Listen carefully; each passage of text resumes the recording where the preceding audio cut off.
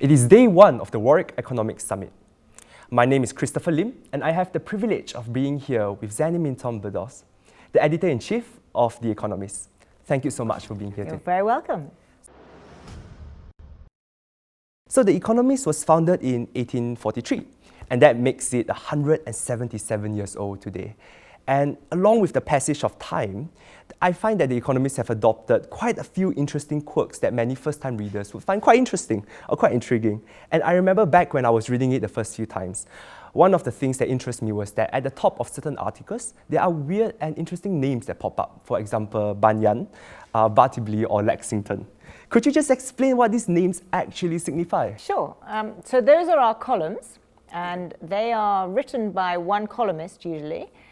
But rather than put the columnist's name on, because as you know, we have no bylines where it's the view of The Economist as a whole, we wanted to find ways to give them a character, but without a specific journalist's name. So Lexington obviously refers to the Battle of Lexington in the US. Bagehot, which is the British political column, is named after The Economist's second editor, Walter Bagehot, who is the greatest editor of the paper, but a very famous 19th century figure. And so there is a logic behind them. Chagwan, which is the new China column. Now Chagwan means tea house in China, and that is where in China historically a lot of debate about current affairs would happen in the tea house. So that's why we went for that one. And in fact, Chagwan was founded. We founded it under my watch a year ago, and we spent a long time thinking about what the name would be, and that in the end struck us as being exactly the most apt one. You wanted something that would be about political debate. I can imagine there must be a lot of thought that goes into these names. And so is this like The Economist's own version of James Bond? Because you guys pass the name down from journalist to journalist to you guys. Yes, that's exactly. I hadn't thought of the James Bond. I'm going to go back and tell my colleagues that, who's the new James Bond? Exactly. So there is a sense that, and often when a columnist finishes writing a column, so when somebody writes their last Lexington, it will say in it, your columnist is signing off as Lexington, and there'll be a new one. So we've just, in the last couple of months, had a new Charlemagne columnist who has just arrived. And so they do, the writer changes, but the name of the column continues. Do you have a favorite quirk of The Economist that maybe some even seasoned readers might not actually know about? Favorite quirk? No, I think that would be like saying, do I have a favorite child? I have lots of things that I love about it. But what is it? What's really wonderful about The Economist, which I see in spades being on the inside, is that it is written by a group of extraordinarily talented people who really are not just extraordinarily talented, but really love working there and really believe in the ideals that The Economist stands for. And so when the wit comes through, when the sort of thought behind things comes through, it's because they are genuinely doing that. Actually, let me give you one example. One of my favorite moments, because it's just happened, it's the end of the week now. We still edit the paper the paper goes to press on Thursday morning. So on Wednesdays, we are putting the articles together and doing much of the editing. But then on Thursday morning, we still come in very early in the morning. So I'm in the office soon after 6, and we reread and proofread the paper again, which is a sort of vestige from the old days of print. So many of these articles go up online at different times in the week, but there is still this sort of routine that is there from the days when it was only a print paper. And so the camaraderie and conversation that happens at 6 o'clock on a Thursday morning when there's a group of all the senior editors going through things, and we're sort of, how do you spell things? Do we say this? What's the way of saying that? It's a very special part of the week and very economisty. Yeah, that makes sense. I think one of my favorite times to read The Economist is actually right now. It's like at the start of the year. And that's because you guys published the future-looking article, or future-looking edition of The World in 2020 or The World in 2019, where you guys look and make predictions of the year ahead. But let's be a bit more ambitious, and let's look forward the next decade, in the next 22 decades even. So what are some of the major trends that would really reshape and reform the world as we know of it today? Over the next 2 decades? Well, I think my list is not going to be different to your list, in the sense that I think there are exogenous changes which are going to be driving and massively influencing where the world goes. One is climate change.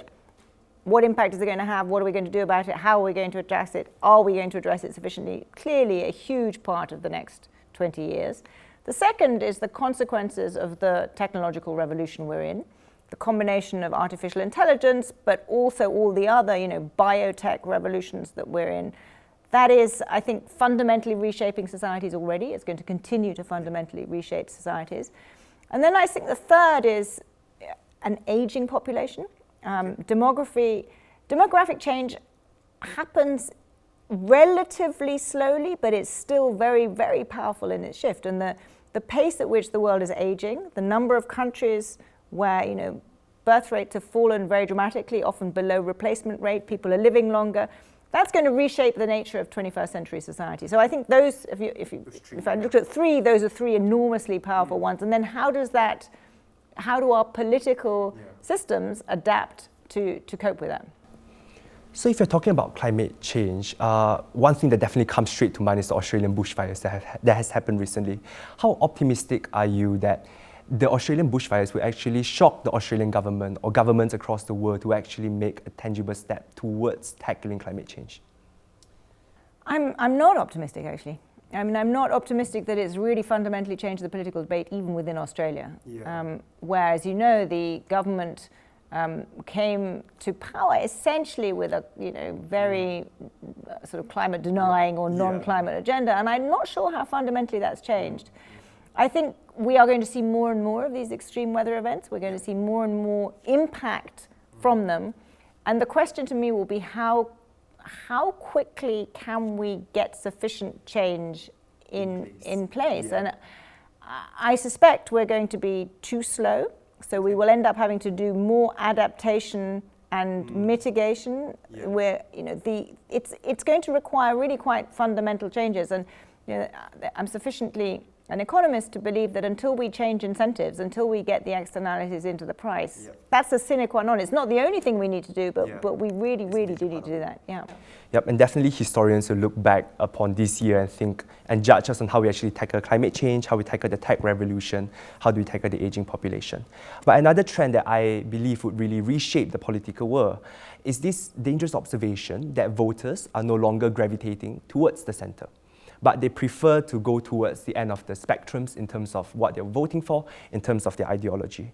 Why do you think this is happening? And what can institutions such as yourself and individuals such as myself, what can we do to bring people back to the middle?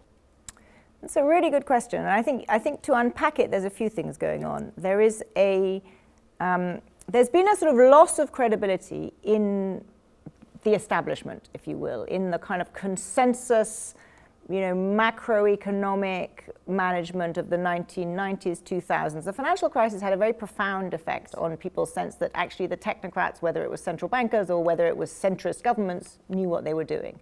So that loss of credibility is deeply important. Then I think people are frustrated. People are genuinely frustrated and they're nervous about the future because of these changes. You have in lots of countries now majorities of people thinking their children will be worse off than they are. That's a really, really deep thought, and it's not true in lots of Asian countries, but certainly if you look at across Europe, if you look at the United States, it's a growing fear, and it's hard to sustain support for what you might call the sort of middle of the spectrum when people feel that their children are not going to be better off than they are. So there is this combination of sort of frustration and nervousness is leading people to extremes. It's leading people to go for short-term, what they think sound like populist, quick answers. That's what we're seeing. I suspect you have the cycle, unfortunately, of going down that road, it not working, and then there being another reevaluation. But we're at an inflection point where the sort of late 20th century social contract needs to change. We need a new social contract for the 21st century. We need a new definition of what liberal capitalism means in the 21st century, and we haven't finished that yet. We're sort of just in the early stages of that process. So I don't think this is a temporary thing. I don't think we're suddenly going to go back to the world the stability we thought we had. This is the new world we're in, and it's your generation that is going to have to fix it. And you mentioned that people are frustrated, and I think that is a very important part of the story, which is that human emotions play a very important role in this whole conversation. And the media, especially in the US, have used a lot of emotionally charged headlines aimed to invoke emotions of fear, anger, and sometimes even righteousness. And I think that The Economist plays a part in this conversation as well. That's because your choice of words and tone in your articles are sometimes very direct, they're very sharp, at times accusatory, and at times maybe a bit uncompromising as well. Have you considered that maybe by doing so, it might alienate the very exact demographic that you are trying to persuade them to change their opinions and maybe strengthen their resolve to stay in the extremes? Well, it's interesting that you suggest that we sort of play a role in exacerbating that. I mean, when you started your question, I was thinking, yeah, you're absolutely right about the US Fox News versus MSNBC, and then I was slightly sort of taken aback that you put us in there. I think we are direct, and I think we are sometimes, what some might call disrespectful, but we think is sort of, entertainingly humorous. I don't think we are trying to polarize sort of for the sake of it. I think we do say what sort of, we say things plainly and simply and sometimes with wit. But I'm not sure I would think that the use of sort of, I'd be surprised if the way we put things on, let's say, on the cover of The Economist is itself kind of, exacerbating this very deep shift that you've talked about. I think it's much more something that I would associate with social media. I would associate particularly with things like Fox News. Okay, so if we draw back a little bit and we look at it in terms of a very broad level, how can we really balance the line between being very candid and being very truthful, and at the same time still trying to be a bit more reconciliatory, trying to bring people more towards the middle? I think the important thing is rigorous analysis, is fair-mindedness in your approach, is empirical rigor, and then saying what conclusions you draw from it very clearly and plainly. So I think what we have always been about is fact-based, analytically rigorous approach, from which we then draw conclusions with which many might disagree. But the important thing is that we're rigorous and fact-based. I'm fine with people disagreeing with our conclusions, but what I think would be a problem is if there was not the kind of common belief in the rigor with which we'd reach them.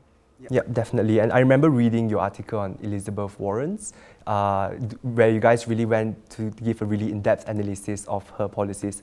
And I think that's a perfect example of how rigorous The Economist actually is when it tackles certain very complicated topics.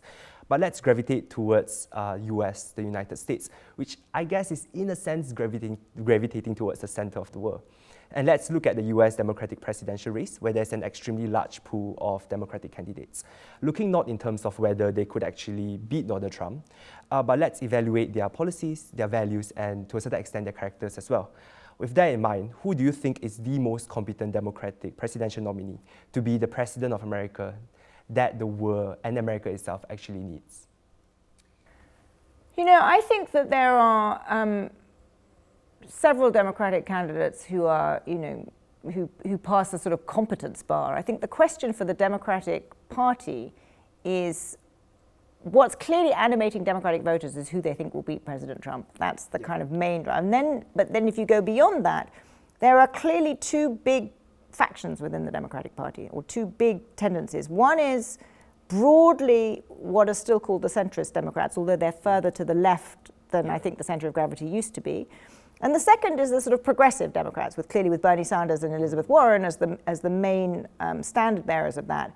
And there are two, both have perfectly legitimate arguments to make. The progressive argument is we need a wholesale change in sort of a fundamental change in the way the US social contract is, and therefore we need a more kind of radical one. And then the center ones are actually there isn't the appetite for that in America, and in fact it's not really what America needs, and American capitalism isn't fundamentally broken, it just needs some shifts. You can guess where we come out on that, but I think that is a legitimate and indeed very refreshing argument to be having within a party. I think it's going to be really interesting over the year to see where it kind of ends up. But that's the fundamental debate that is going on within the Democratic Party, and overlaid by which do we think is the better route. The Democrats are thinking, which is the better route to beating President Trump? Yeah. So that's all the time that we have today. Thank you so much, Zanny. I really enjoyed myself. You're very welcome. Great to meet you. Great to meet you as well.